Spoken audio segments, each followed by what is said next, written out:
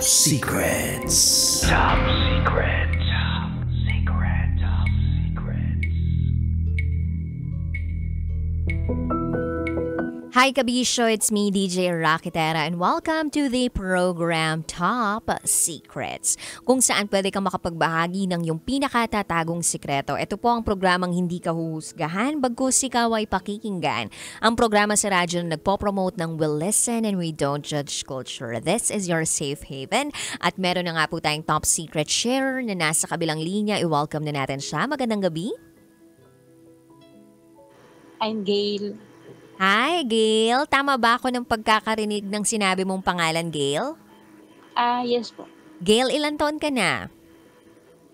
35 po. 35. Sang lupalop ka naman galing, Gail? Las Piñas. Las Piñas. Alright, di na ako magpapaligoy-ligoy pa ha, Gail. Gail, 35 from Las Piñas. Ano ang top secret mo? Nagka-jowa po ako ng, may edad na po siya. Pero, ano na siya, widow na. Nagkaroon ka ng jowang may edad na, pero Balo ano na na? po siya. Balo na. Opo. Alright. Gail, okay. May nakabukas ba dyan sa paligid mo na aircon? Yes po. Mapapatay ba yan? Yan ba yung window type na walang silent? May silent Yes mode ba po. yan? Wala. Baka pwedeng medyo layo-layo ka ng onti dun sa aircon ninyo kasi ang lakas ng tunog. Wait lang. Kanina wala ka dyan sa posisyon na yan, ha? Kanina nung nag-oorienta, hindi ko naririnig yan. Ngayon narinig ko na. Ay, ito po. Ayan, alright. Pwede mo bang banggitin uli kung ano yung top secret mo para mas malinaw na marinig ng mga kabisyo natin? Nagka-relasyon po ako ng isang matanda. Alright. Nabalo na siya. Mhm. Pwede bang And malaman then, kung ilang taon na tong matanda na to na tinutukoy mo? 63? 63 years old. 63, I think, parang 60, parang ganun. Nasa 60 years old. Kumbaga senior citizen na. Starting from senior citizen. Alright. Gail, sige, pwede mo bang ikwento sa amin kung paano nagsimula tong relationship ninyo at bakit kayo naging in a relationship?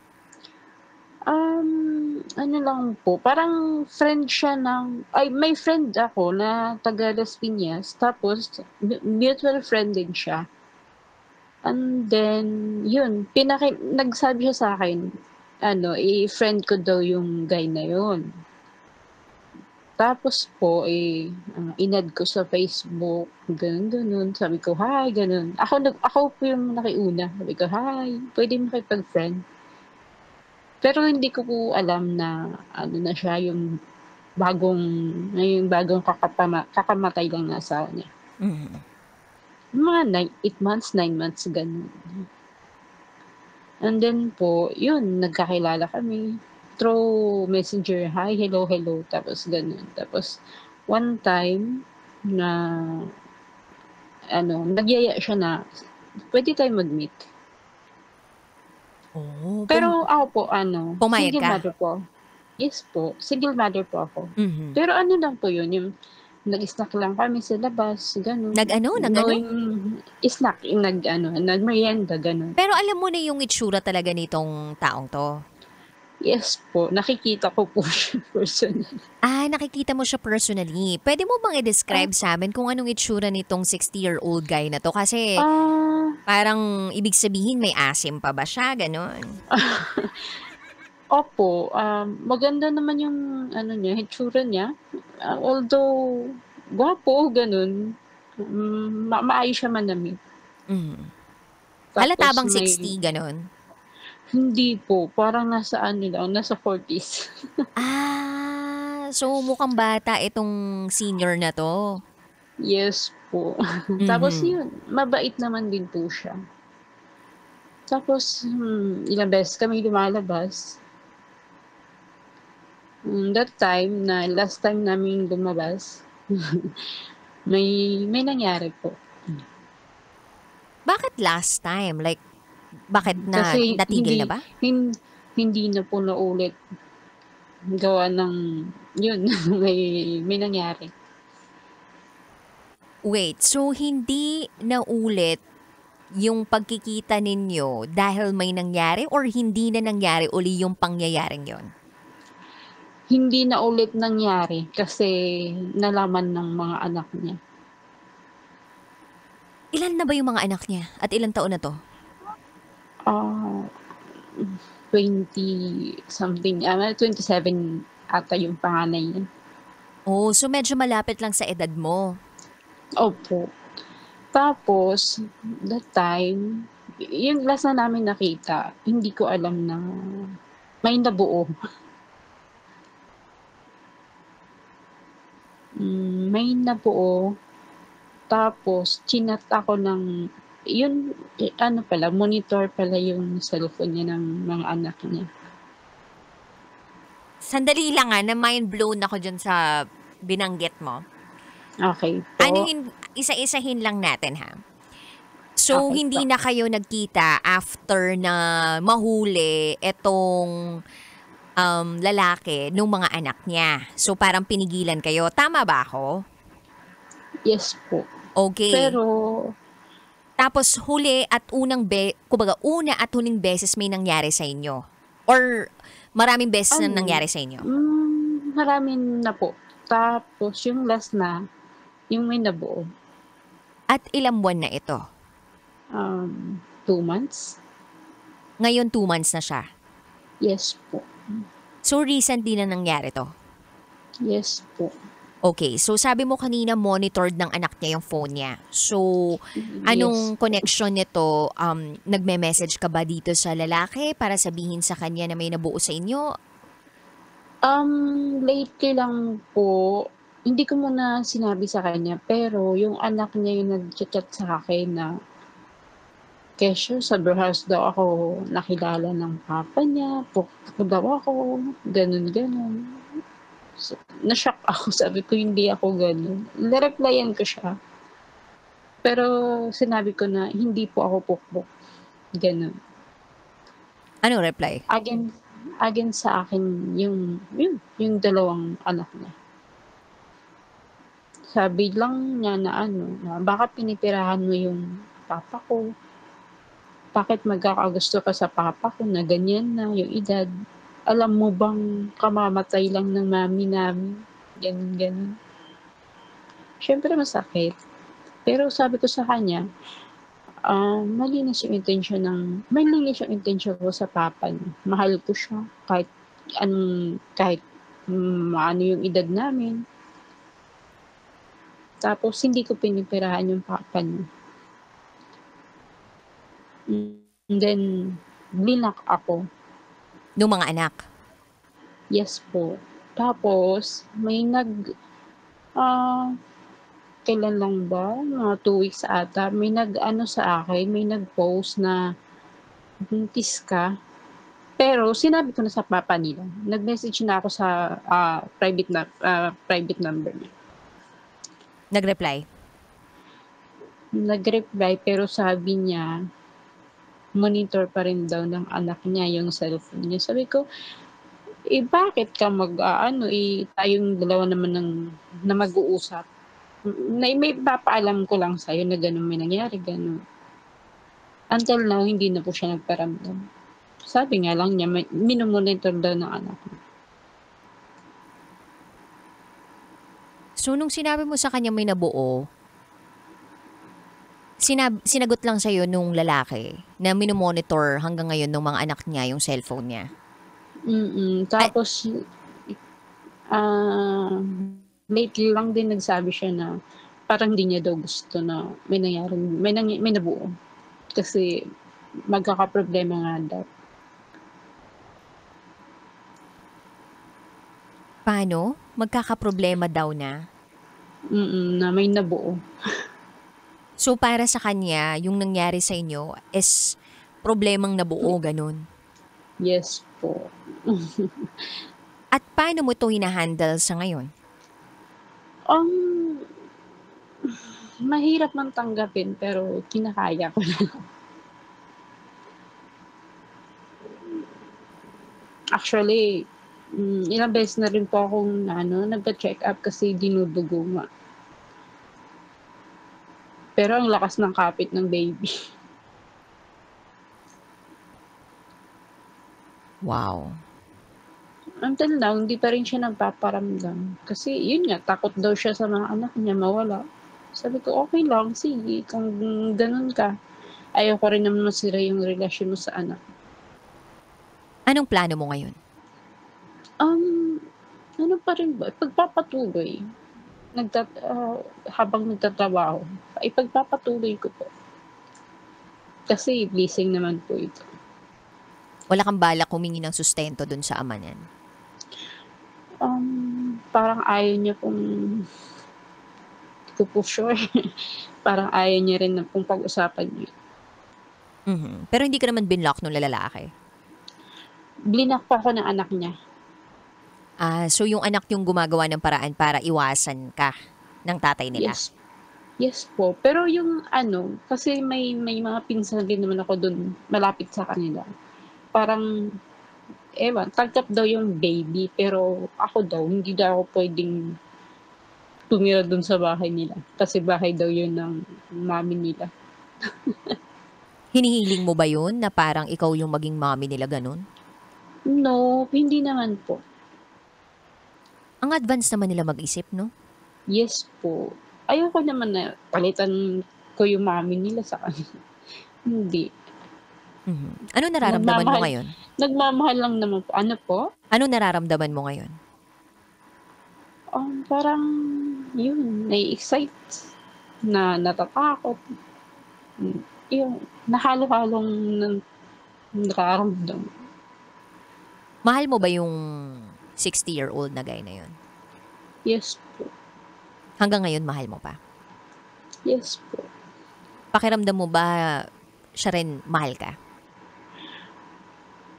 Siguro po, kaso nga lang, yun, parang naguguluhan siya na pag ako pinili niya, mawawala sa kanya yung mga anak niya. Ayoko rin naman po mangyari yun.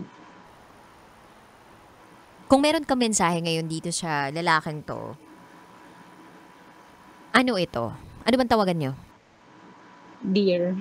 Okay, sige. Magbigay ka ngayon ng mensahe mo kay Dear Gail. Bibigyan kita ng ilang minuto o 1 minuto para makapagbigay ng mensahe sa kanya. Kung sakaling nakikinig siya at wala namang kontrol yung mga anak niya na nakikinig siya ngayon ng programa ko. Go ahead. Hi dear. Andito lang din naman ako palagi para sa'yo. Mahal na mahal pa rin kita kahit anong mangyari. Siyempre, magkaka-baby na tayo. Pero ayoko rin naman na magkakasira yung relasyon niyo ng mga anak mo dahil lang sa akin. So, kahit masakit, tatanggapin ko. Tuloy lang. Malay mo, one day, matanggap ako ng mga anak. Diba? Mahal na mahal kita. Iingat ka palagi. Yun lang po.